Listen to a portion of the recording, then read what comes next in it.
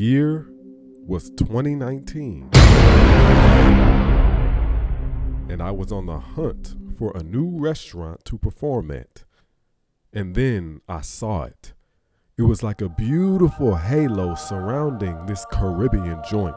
The name of it was Bahama Breeze, and I knew it was the one for me. So I put that faith into action. I went in and spoke to the manager and said something to the effect of, "Hi, my name's Joseph. I'm a professional restaurant entertainer. I would love to entertain your guest." And he said, "No." "Okay, cool," I said. A week later, I went back, and again, he said no. And this cycle went on for a good while. I probably went in to talk to him every few months or so, and sometimes he wasn't even there. But it wasn't until Sunday, May 30th, 2021, when everything changed. I was working at Amazon at the time, and when I went on my lunch break, I decided to call up Bahama Breeze to see what the manager would tell me. The phone was ringing, and I was sitting there in my car, nervous and anxious.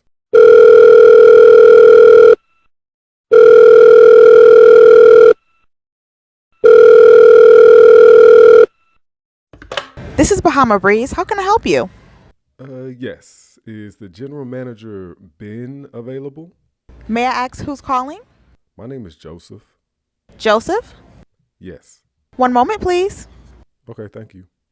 A few seconds passed. Ben answers.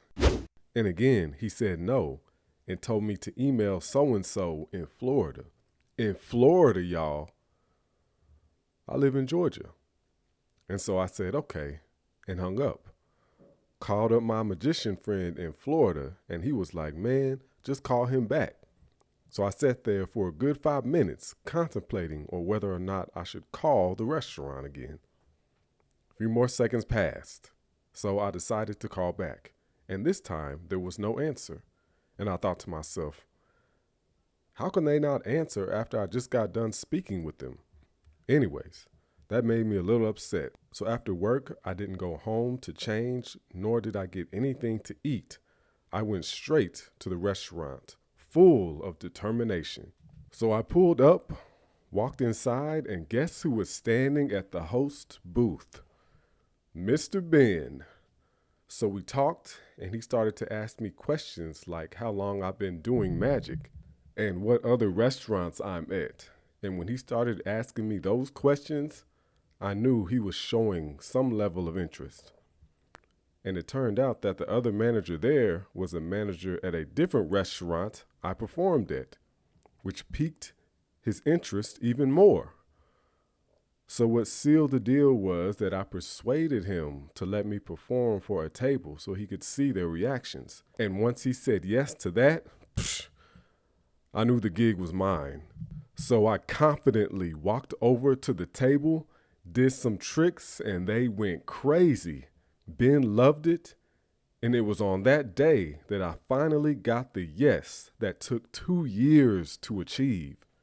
So I performed the following Saturday, and when I was done that night, he said I could come and perform any day I wanted. So I'm glad things turned out the way that it did.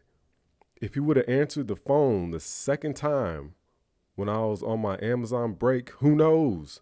I probably wouldn't have got the gig. But the mere fact that he didn't answer forced me to go and physically talk to him and push him to say yes to me.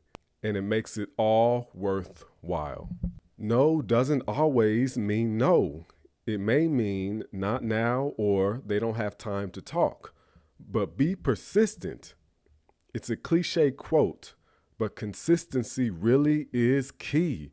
Listen to me, y'all. I'm living proof that if you're determined to reach a goal, if you have that no quit attitude, remember, everything is a numbers game. Literally, you will eventually get your yes. I promise you that. Let me know in the comments what your goal is. What's your big yes that you've been striving for? Thank you for watching, and to my Gambiteers and beyond, see you later.